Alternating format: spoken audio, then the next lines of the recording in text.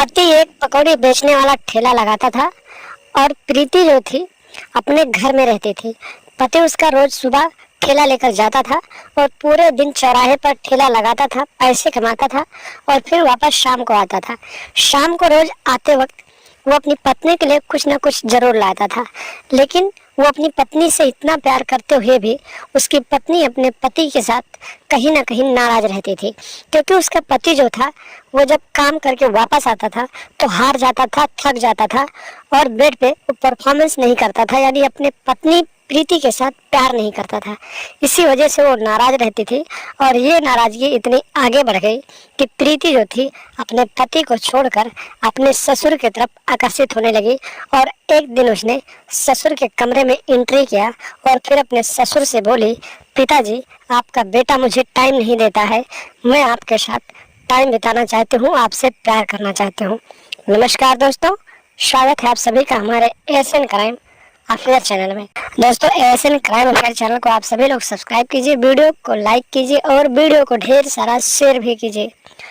दोस्तों, ये जो कहानी है क्रिएटिव कहानी है और क्रिएटिव कहानी बताने का और बनाने का मतलब यही है कि आप लोग इस क्रिएटिव कहानी को सुनने के बाद अपने आसपास के जो लोग हैं जो ऐसी मानसिकता रखते हैं उनसे सावधान रह सके, सतर्क रह सके। दोस्तों, चढ़ती जवानी और तड़पती हुई हवस की ये जो कहानी है, जहाँ पर एक प्रीति नाम की लड़की होती है जिसकी शादी हुए लगभग 5 से 6 महीने बीत जाते हैं। उसका पति जो होता है उसका नाम राहुल होता है। राहुल एक पकौड़ी का ठेला लगाता है और सुबह अपने घर से ठेला लेकर अपने चौराहे पर जाता है और पूरे दिन चौराहे पर दुकान लगाता है और फिर शाम को वापस आता है।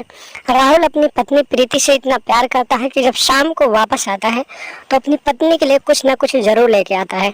उसकी पत्नी भी अपने पति राहुल से काफी खुश होती है, लेकिन धीरे धीरे समय बीतते जाते हैं तो राहुल जब ठेला लगाता है तो पूरे दिन हार जाता है, थक जाता है और जब शाम को घर आता है तो वो अपनी पत्नी से प्यार नहीं कर पाता है, यानी कि बिस्तर पे जो होता है परफॉर्मेंस प्यार वाला नहीं कर पाता है और सो जाता है।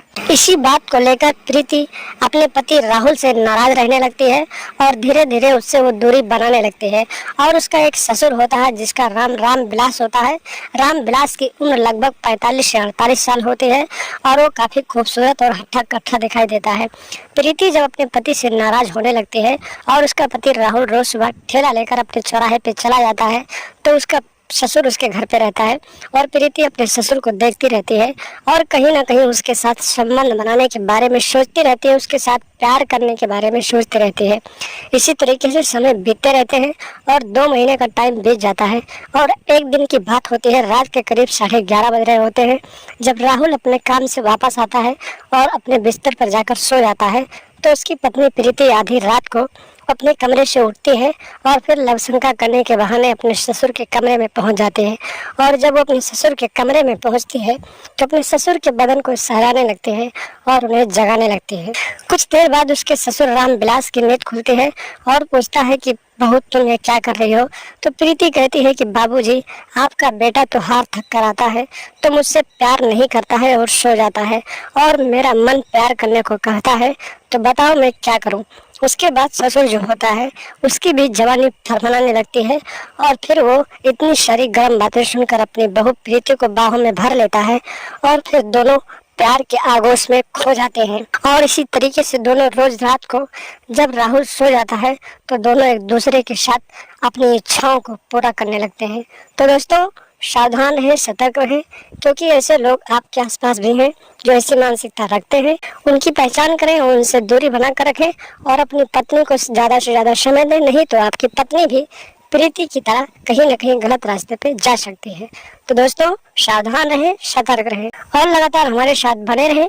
चैनल को सब्सक्राइब कर लें और हमेशा देखते रहें एएसएन क्राइम अफेयर।